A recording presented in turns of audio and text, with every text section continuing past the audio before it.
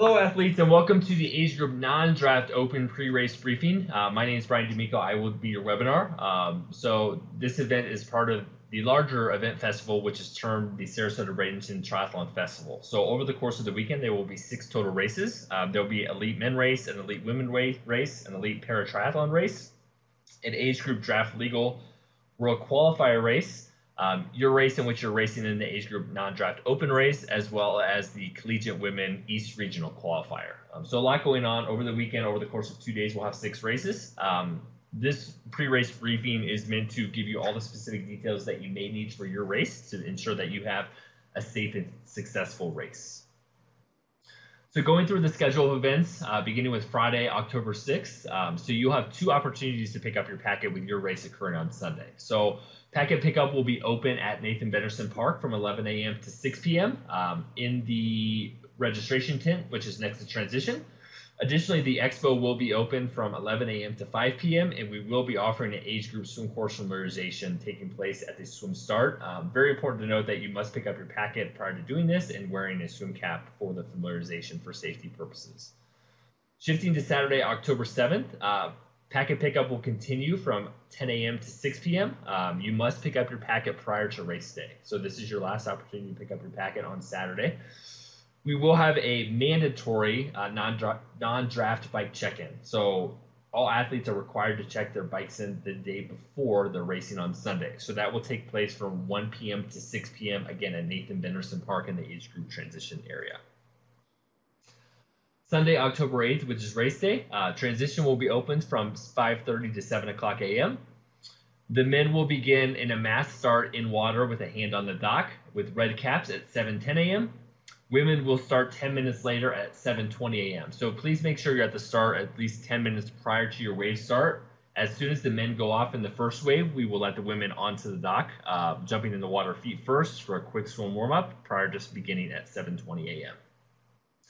At 8 o'clock a.m., the expo will open, and that will remain open until 4 o'clock p.m., with age group sprint open awards taking place at 9:20 a.m. For packet pickup, you must have your photo ID and USAT card. Very important to note for timing chips. So those will be given out upon check-in to transition on race morning. So when you're checking your bikes in on Saturday, the night before the race, you will not receive your timing chip. You will receive those on race morning upon check-in to transition. For parking, so if you follow the green arrow, this island indicates where all the race activities will be taking place. Right here, if you follow the green arrows, where transition will be. Parking will be just across the footbridge. So there is a $5 per car cash only charge to park. It's a short walk over to the venue. Important to note that as you're crossing, there will be potentially a live bike course. So make sure you heed the advice of not only volunteers and police to get you across safely to the venue. Body marking and sticker placement. So this is a screenshot of what the bib will look like. The race bib must be worn on the run portion of the race.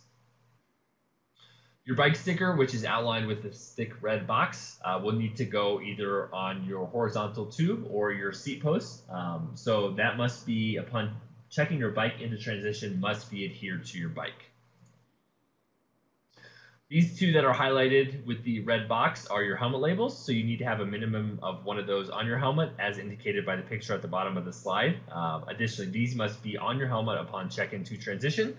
And all helmets must have a CPSC sticker on them. So detailing a little bit more instructions regarding this CPSC sticker. So athletes must wear undamaged and unaltered protective head cover, which is your helmet. They must meet or exceed safety standards, which will be indicated by this CPSC sticker that needs to be on your helmet and unaltered. It must be clearly labeled, satisfying such standards located by these 2 pictures on either side of the race helmet picture. Chin straps must be snug with the strap around the chin. And again, aero helmets are not recommended.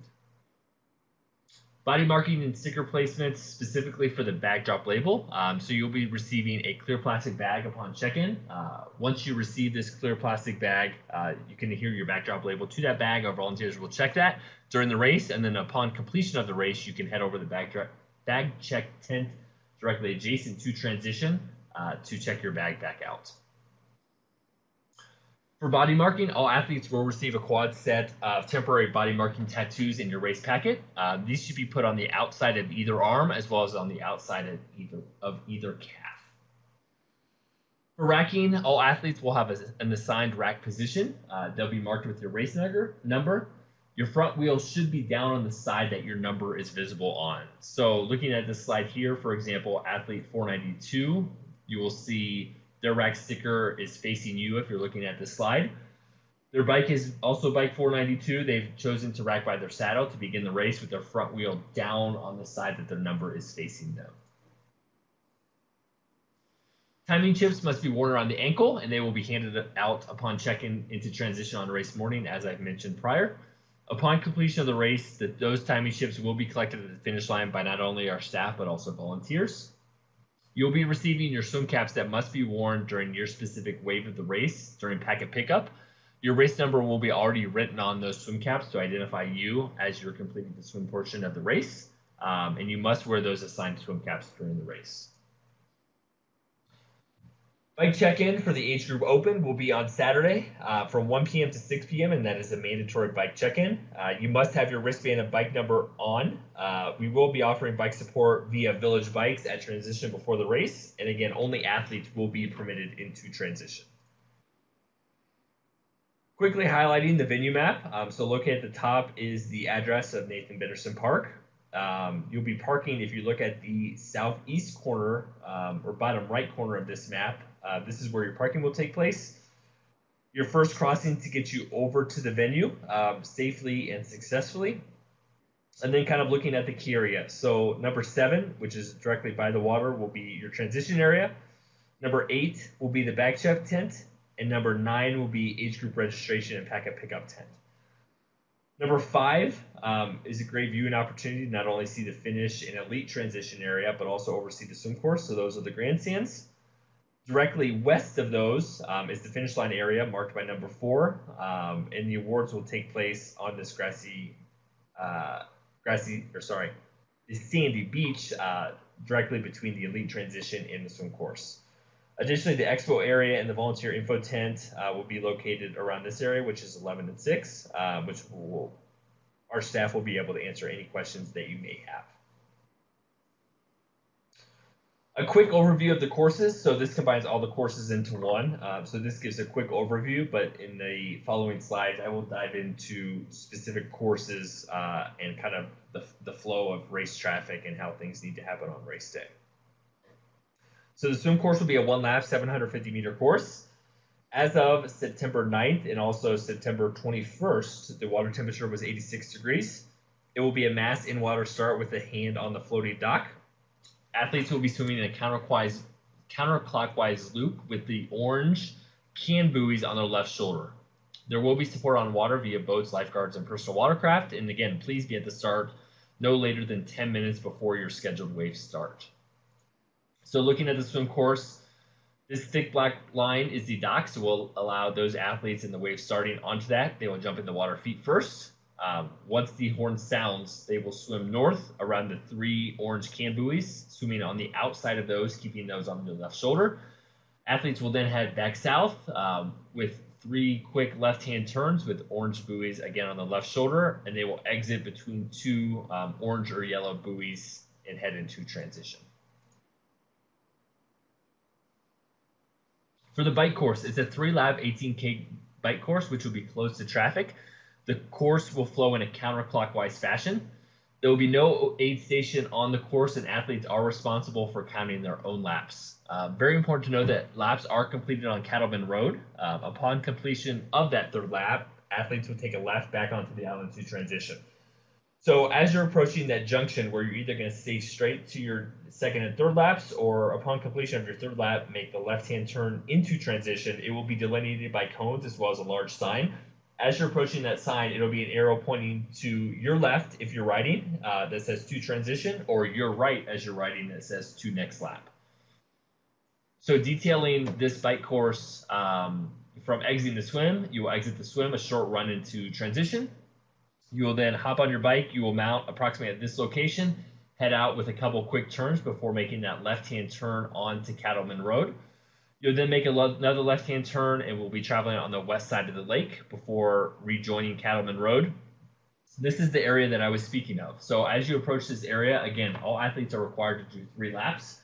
All those laps are completed on Cattleman Road, so you will not be heading back onto the bridge or onto the island until you've completed those 3 laps. So again, this will be delineated by cones and signage. So if you still need to complete laps 2 and 3, you will stay to the right and continue straight. Once you've completed that 3rd lap, it will be your responsibility as an athlete to stay to the left and then make a left-hand turn over the bridge back onto the island. You will dismount at this location where the green arrow is noted and run your bike into the south side of transition.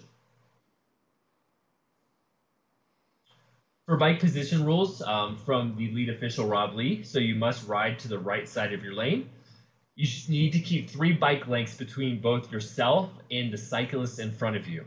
You must pass on the left of the cyclist in front, never on the right. Complete your pass within 15 seconds, and if passed, you must drop completely out of the drafting zone to the rear before attempting to repass. These are a few of the most commonly cited bike penalties for the age group open racing. So position, riding on the left side of the road without passing. So if officials cite you for doing this, this is not permitted. So you must, again, always ride to the right side of the road unless you're attempting or completing a pass. A blocking penalty is classified as left side riding and impeding the forward progress of another competitor from behind. An illegal pass is passing on the right. So as mentioned, when you're completing your passes, those passes need to be completed on the left side of the athlete you're passing. An overtaken citation is failing to drop back 3 bike lengths before repassing the athlete. And last but not least, a drafting penalty or citation is following a leading cyclist closer than 3 bike lengths and failing to pass within 15 seconds. For the run course, it'll be a 1-lap 5K out and back course. So you'll be outbound on the left side closest to the lake before making the turnaround and heading back to the finish. It will be on a paved pathway delineated by cones. There'll be 4 aid stations offering water and Gatorade endurance formula, and there will be volunteers and staff on course. So detailing the run course, upon entering back onto the island on the bike, which is the red dots, you will enter in transition on the south side. Grab your running shoes, you will exit on the north side. So upon exiting on the north side, you will continue through the elite transition area, over the bridge where you'll be heading out. As mentioned, it will be delineated by cones with the center line. Heading outbound closest to the lake, you will hit your second aid station all the way down to the run turnaround for a 5K 1-lap course. You will then make the turnaround heading back towards the venue following the green arrow and the purple dotted lines. You will then make a right-hand turn onto the bridge. You'll be forced to make a left and stay left. You'll then make a right turn and then another quick right turn to head to the finish line. So again, it's a 1-lap 5K course. We will have volunteer signs and cones on the course to ensure you're following the correct race path. Transition will be clearly marked with mount and dismount lines. Again, bike racks are individually numbered as well. At the finish line, there'll be water, Gatorade, medical support. All athletes will receive a finisher medal as well as unofficial results. Penalties will be posted and all results will be final just before the awards ceremony. The awards ceremony will take place on Sunday immediately following the race at 9:20 a.m. With awards given in 5-year increments beginning with ages 15 through 19. Last and not least, want to give a big thanks to our partners, suppliers, and travel partners that are listed on the screen. You will see NTT listed in the top right-hand corner. They are one of ITU, which is the International Triathlon Union's global partners for the race. So you will see a large presence by NTT on site. Again, in addition to not only your race, there will be 3 elite ITU races, the elite men, elite women, and elite para triathlon. So we encourage you to stick around, obviously, to see those races. Immediately following your race on Sunday will be the elite para triathlon race. And then immediately following that will be the elite women's race to wrap out the weekend, which is termed the Sarasota Bradenton Triathlon Festival. If you do have any questions, please feel free to reach out to national events at usatriathlon.org, and we are more than happy to get those questions answered for you. Again, thank you for listening. Safe travels to Sarasota, Bradenton, and Nathan Benderson Park. And we hope for a safe race and looking forward to seeing you race. Thank you, everyone.